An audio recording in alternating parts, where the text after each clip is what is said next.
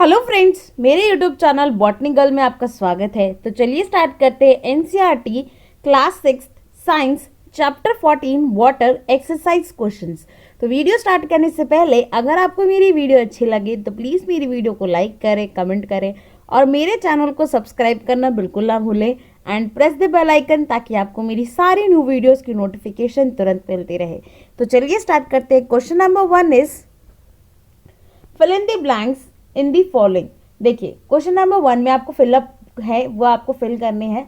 First is the process of changing water into it vapours is called. देखिए question number 1 में आपको ये बताना है कि जो वो प्रोसेस जिसमें जो वाटर है वो चेंज होता है वाटर वेपर्स में, उस प्रोसेस को क्या कहते हैं। The process is called evaporation. B is the process of changing water vapours into water is called dash. The process वो प्रोसेस जिसमें वाटर वेपर्स जो है वो चेंज होते हैं किसमें, वाटर में, इस प्रोसेस को हम क्या बोलते हैं, condensation. C is no rainfall for a year or a more may lead to dash in that region. देखिए अगर बारिश नहीं हो रही है उस ईयर या उससे बहुत साल तक बारिश नहीं हो रही है तो उस रीजन में क्या आ जाएगा, ड्रॉट आ जाएगा, यानी कि सूखा पड़ जाएगा। डी इज एक्सेसिव रेन में कॉज। जो एक्सेसिव रेन यानी कि बहुत ही ज़्यादा मात्रा में, बहुत ही ज़्यादा अमाउंट में जो रेन है वो हो रही है तो क्या हो सकता है, दिस में कॉज फ्लड यानी कि बाढ़ आ सकती है। Question number 2, state for each of the following whether it is due to evaporation or condensation. देखिए कुछ स्टेटमेंट्स हैं, ये आपको बताने कि ये स्टेटमेंट्स जो है वो किस वजह से हो रही है, कौन से प्रोसेस की वजह से हो रही है, इवेपोरेशन की वजह से हो रही है या कंडेंसेशन की वजह से हो रही है। A is water drops appears on the outer surface of glass containing cold water। देखिए जो एक कोल्ड वाटर का ग्लास है उसके आउटर सरफेस में उसके आउटर सरफेस में जो छोटी छोटी वाटर ड्रॉप्स जो है वो अपीयर होना स्टार्ट हो जाती हैं। ये कौन सा प्रोसेस है, ये प्रोसेस है कंडेंसेशन। मैं अगर आपको सी से लिख के दिखा दूं तो कोई प्रॉब्लम नहीं होनी चाहिए। सी यानी कि कंडेंसेशन। अब क्या है, क्यों हो रहा है, देखिए जैसे कि आपको पता है कंडेंसेशन क्या होता है। Condensation is a process in which the water vapours convert into water, यानी कि वाटर वेपर्स जो है वो किस में कन्वर्ट हो रहे हैं, वाटर में कन्वर्ट हो रहे हैं। अब देखिए जो ग्लास है यानी कि कोल्ड वाटर का जो ग्लास है उसके आसपास में जो वाटर वेपर्स हैं वो क्या हो रहे हैं, वो कंडेंस हो रहे हैं, वो कन्वर्ट हो रहे हैं किसमें, वाटर में कन्वर्ट हो रहे हैं। B is steam rising from a wet cloth while we iron. देखिए जो वेट क्लॉथ है उसमें से जो स्टीम है वो राइज कर रही है जब हम उसे आयरन करते हैं कपड़ों को, तो ये कौन सा है, ये है इवेपोरेशन। यानी कि इसमें जो वाटर है वो किस में कन्वर्ट हो रहा है, वाटर वेपर्स में कन्वर्ट हो रहा है ना।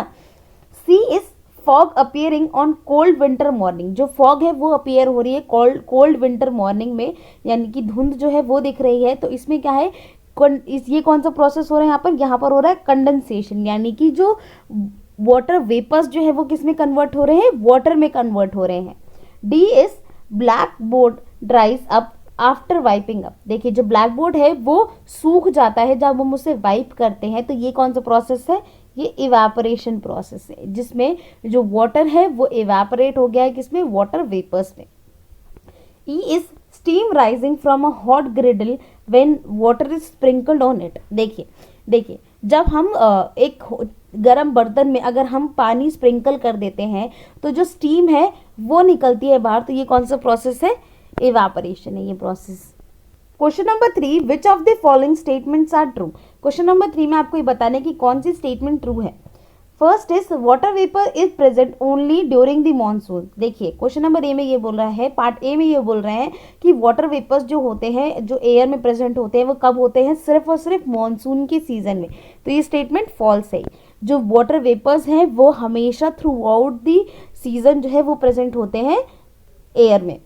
B is water evaporates into air from oceans rivers and lake but not from the soil.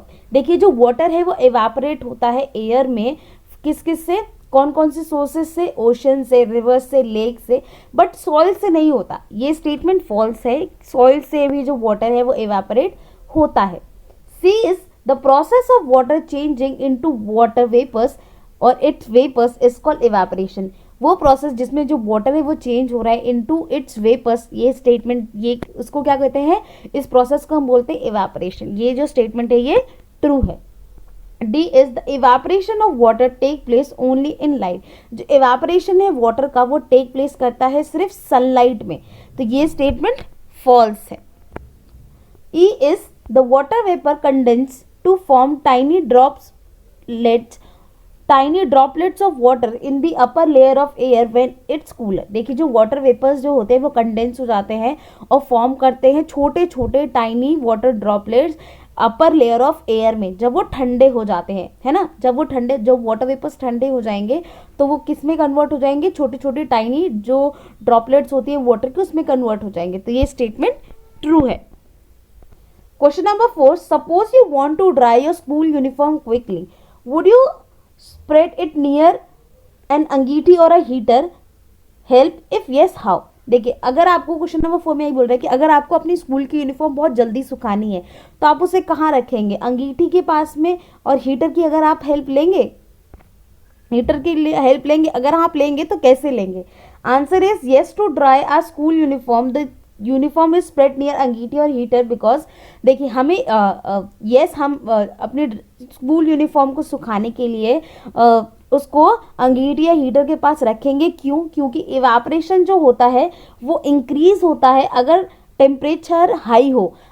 Evaporation यानी कि रेट ऑफ इवेपोरेशन इंक्रीज होगा अगर टेम्परेचर हाई होगा, अगर टेम्परेचर लो है तो रेट ऑफ इवेपोरेशन भी कम होगा। इसी वजह से जितना ज़्यादा टेम्परेचर होगा उतनी ही ज़्यादा जल्दी से रेट ऑफ इवेपोरेशन, यानी उतना ही ज़्यादा रेट ऑफ इवेपोरेशन होगा। इसी वजह से जो आपकी यूनिफॉर्म जो है वो जल्दी सूख जाएगी।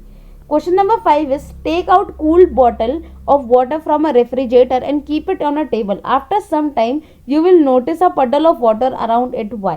देखिए क्वेश्चन नंबर 5 में आपको ये बोल रहा है कि आपको एक ठंडी वाटर की बॉटल जो है वो आपको रेफ्रिजरेटर से निकालनी है और उसको टेबल पे रखनी है। अब कुछ देर बाद आप देखेंगे कि कुछ पानी जो है वो उस बॉटल के आसपास गिरा हुआ दिखेगा आपको। तो आंसर क्या है इसका, the cold water bottle has very close expose surface area. देखिए जो ठंडी वाटर बॉटल होगी वो उसका बहुत ही ज़्यादा कोल्ड एक्सपोज सरफेस एरिया होगा, जिसकी वजह से जो कूल सरफेस है यहाँ पर कंडेंसेशन होगा और वाटर वेपर्स जो होंगे जो एयर में प्रेजेंट है on the surface of water bottle, उसके आसपास में जो सरफेस में वाटर बॉटल की जो सरफेस है उसके आसपास जो वाटर वेपर्स होंगे वो कैसे होने लगेंगे, कंडेंस होने लगेंगे।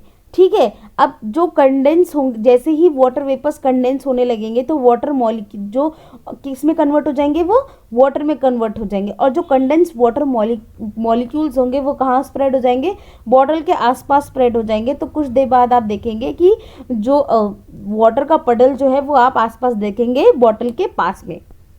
Question number 6, to clean their spectacles people often breathe out on the glasses to make them wet. Explain why glasses become wet. देखिए क्वेश्चन नंबर 6 में बहुत से लोग अपने स्पेक्टिकल्स यानी कि चश्मे साफ करने के लिए अपनी जो लोग होते हैं वो ब्रीद आउट करते हैं अपने ग्लासेस में ताकि उनके ग्लासेस जो है वो वेट हो जाए। अब आपको ये बताना है कि क्यों जो ग्लासेस होते हैं वो वेट हो जाते हैं।